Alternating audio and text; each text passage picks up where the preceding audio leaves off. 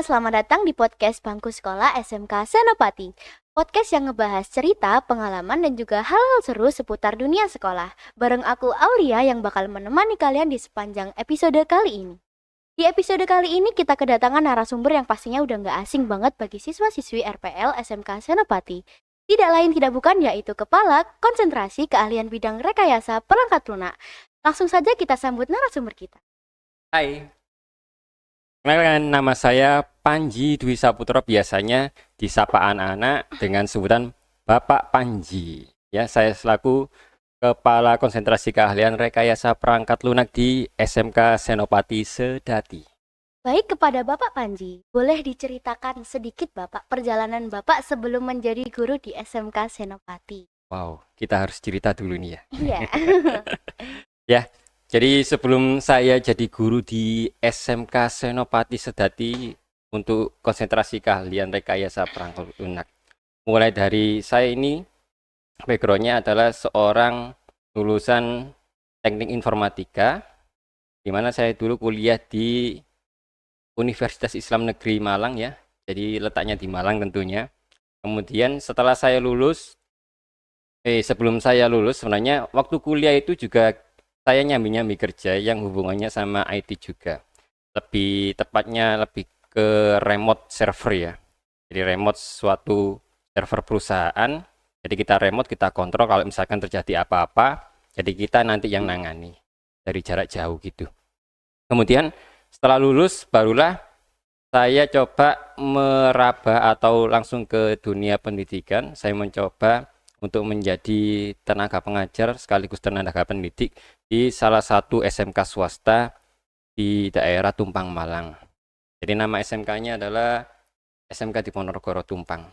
Jadi waktu itu saya bukan jurusan atau konsentrasi keahlian ini rekayasa perangkat lunak yang saya ajar dulu.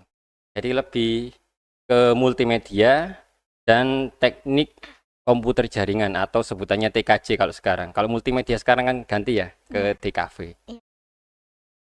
Nah, kemudian baru beberapa tahun di SMK tersebut mengajar untuk jurusan multimedia, mengajar untuk jurusan teknik komputer jaringan, 2 sampai 3 tahun lah saya di situ. Jadi sekaligus membantu sebagai asisten kurikulum waktu itu juga. Akhirnya sudah mendapat pengalaman 3 tahun, kurang lebihnya segitu ya. Saya kembali ke kampung halaman saya di Sidoarjo. Berarti di sana itu merantau ya Bapak? Betul, merantau. Jadi awalnya dulu diajak teman juga. Jadi diajak teman mendevelop juga. Jadi seperti websitenya dulu. Jadi kita yang develop, jadi tim UIN kita. Jadi tim UIN dulu itu yang istilahnya semacam apa ya? Kalau dulu kan ada yang namanya PKL, pengabdian masyarakat gitu ya. Jadi kita mencoba develop di situ, dan di situ juga ditawari gitu. Bagaimana sih kalau misalkan Pak Panji ini ngajar di situ gitu. Kebetulan waktu itu pembukaan jurusan multimedia. Akhirnya saya mencoba melamar ke situ juga. Ke kurikulumnya waktu itu almarhum Pak Ja'far kalau nggak salah. Akhirnya saya melamar di situ dan diterima. Kemudian bergabung di jurusan multimedia sekaligus mengajar jurusan teknik komputer jaringan. Nah, 2-3 tahun, akhirnya balik lagi ke Sidoarjo. Jadi di Sidoarjo itu juga sama. Saya tidak langsung ke pendidikan, jadi langsung ke ke perusahaan lagi.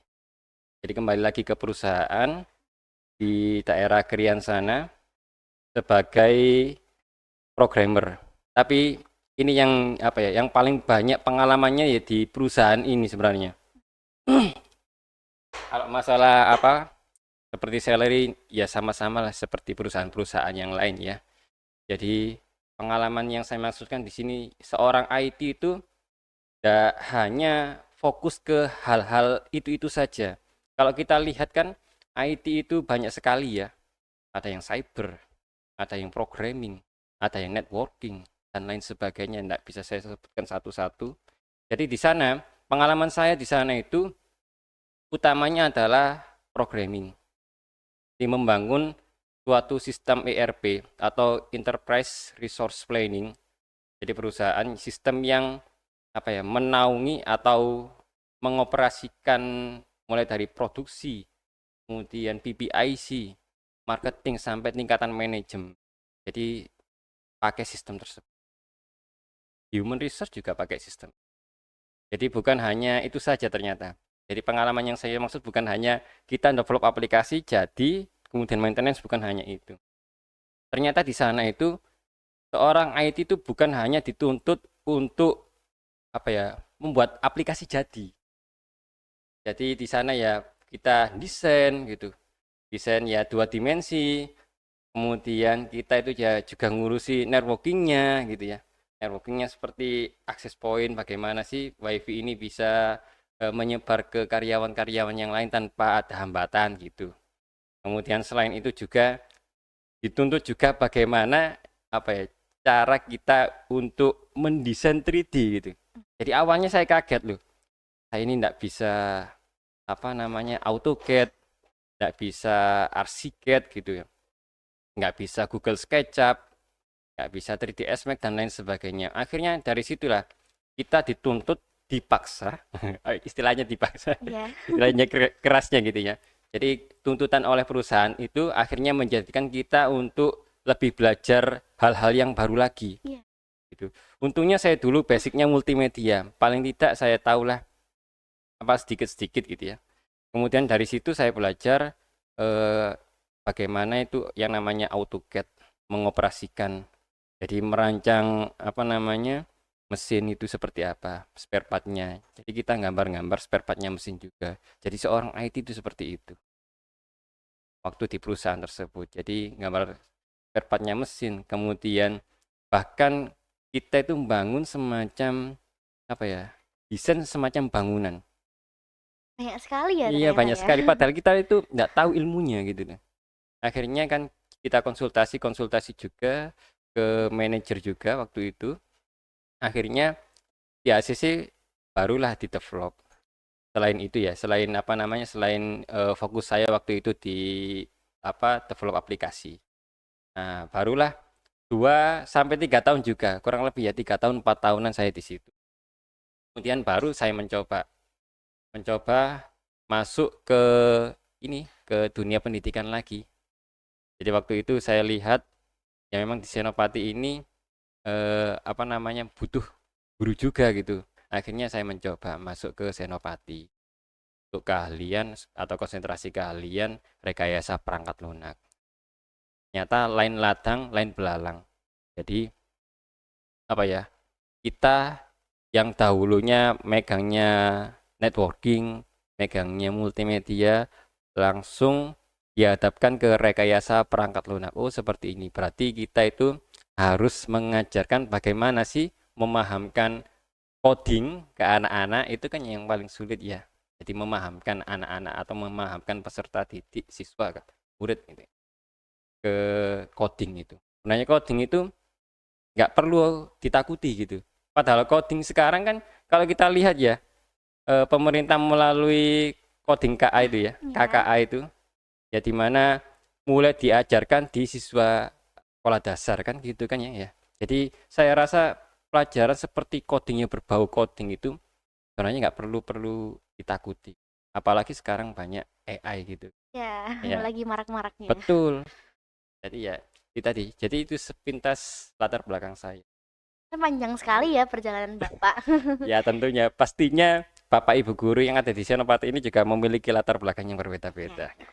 Baik, kita masuk ke segmen 1 yaitu profil jurusan rekayasa perangkat lunak. Kepada Pak Panji, bisa dijelaskan apa itu rekayasa perangkat lunak dan apa yang membedakan jurusan tersebut dari jurusan TIK lainnya? Oke. Kalau kita melihat dengan namanya saja, singkatannya saja, RPL, berarti kan rekayasa perangkat lunak.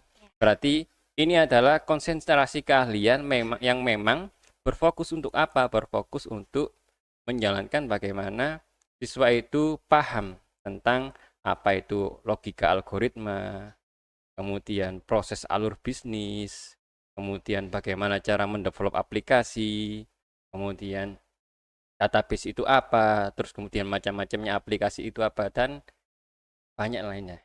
Jadi yang rekayasa perangkat lunaknya. Jadi selain kita mengajarkan bagaimana siswa atau murid itu mendevelop aplikasi, kita juga harus mengajarkan hal-hal yang paling dasar. Apa itu? Ya algoritma, logika itu yang paling mendasar.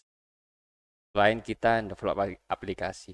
Kalau semisal kita develop aplikasi tapi nggak tahu logikanya kan, ya kita sulit sendiri gitu kan. Nah, jadi kita mendevelop aplikasi, sebelum kita mendevelop kita merancang dulu bagaimana alur bisnisnya si aplikasi ini, kemudian bagaimana sih cara mendevelop mulai dari awal, merancang database-nya sampai aplikasi ini dibangun dan jadi. Terus kemudian apa sih peluangnya rekayasa perangkat lunak kan gitu ya. Kalau kita melihat di Indonesia ini sebenarnya banyak sekali peluang-peluang kerja untuk rekayasa perangkat lunak. Apalagi rekayasa perangkat lunak ini lebih ke pemrograman. Nah, dan pemrograman ini bisa masuk ke lini manapun. Entah itu industri otomotif, entah itu industri yang berbau IT, entah itu perkantoran atau mungkin instansi-instansi pemerintah ya. Jadi peluang kerjanya bisa jadi programmer, kemudian bisa jadi sistem analis, bisa yang berhubungan dengan cyber security ya. Kemudian istilahnya dia itu bisa menjadi semacam wirausahawan. Kalau biasanya kita menyebutnya itu dengan istilah software house atau mungkin konsultan IT. Jadi ya itu lagi ya, tentang peluang kerjanya rekayasa perangkat lunak. Untuk karakteristik di rekayasa perangkat lunak, apakah memang harus bisa komputer dulu baru bisa masuk ke jurusan tersebut atau bagaimana, Bapak? Kalau apakah harus bisa komputer dulu? Ya harus. Kenapa enggak harus? Karena kita kan yang namanya rekayasa perangkat lunak gitu kan kita mengajarkan hal-hal yang paling mendasar dulu. Dari Jadi nol ya, Bapak? betul, apa sih itu komputer kan gitu kan?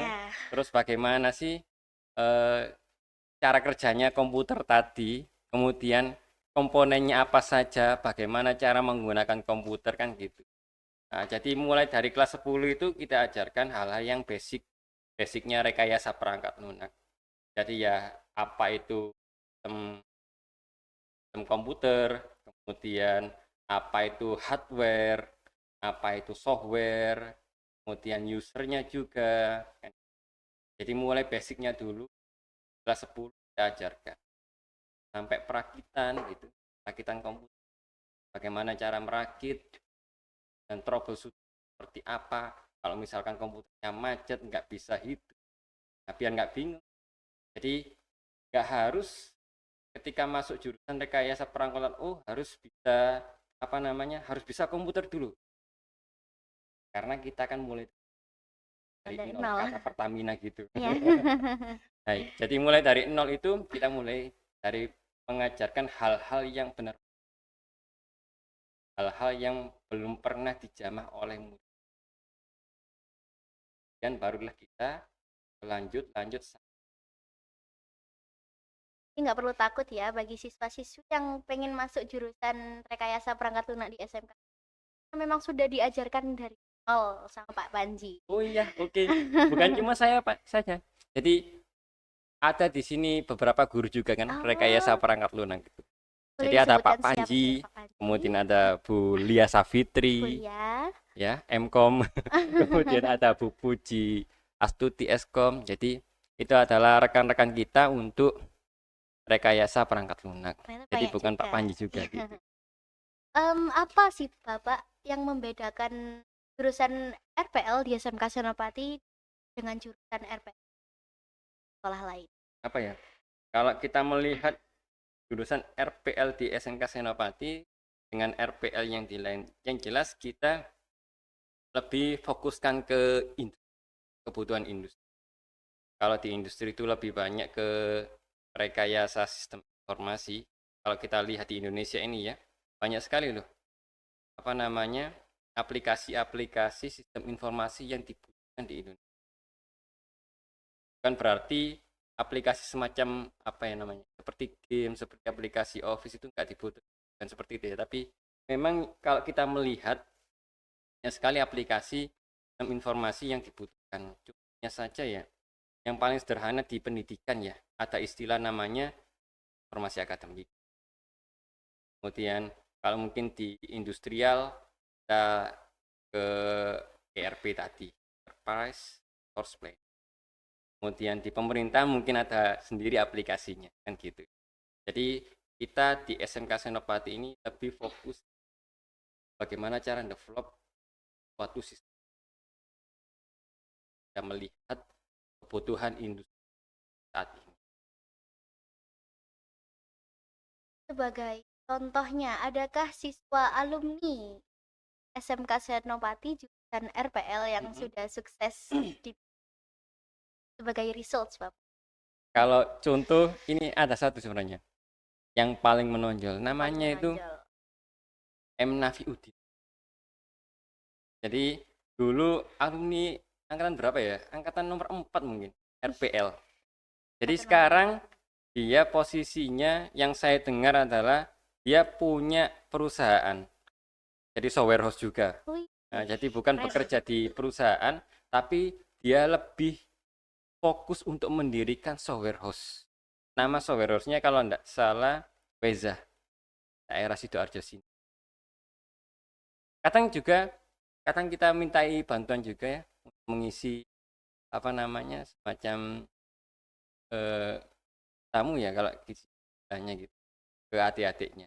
Jadi biar ada gambaran seperti apa sih kalau apa namanya siswa yang dari Senopati terus dia ada gambarannya. Jadi mau melanjutkan bisa, mau bekerja juga bisa, mau wirausaha seperti yang saya sebutkan tadi M. Nafiuddin juga bisa gitu. Berarti menjamin banget ya Bapak masuk di RPL ini. Baik untuk industri mana saja yang sudah bekerja sama dengan mana saja. Kalau ini enggak saya sebutkan satu-satu ya. Ya, mungkin contohnya salah satu aja. Ya. Yang jelas kita jurusan rekayasa perangkat lunak dengan bangga. Dengan bangga. Jadi istilahnya kita ini sudah bekerja sama dengan salah satu industri besar. Ya. Ya, namanya adalah pasti kenal ini namanya. Ini brand laptop. Nah, kira-kira apa? Apa ya? Apa ya? Namanya adalah Axio.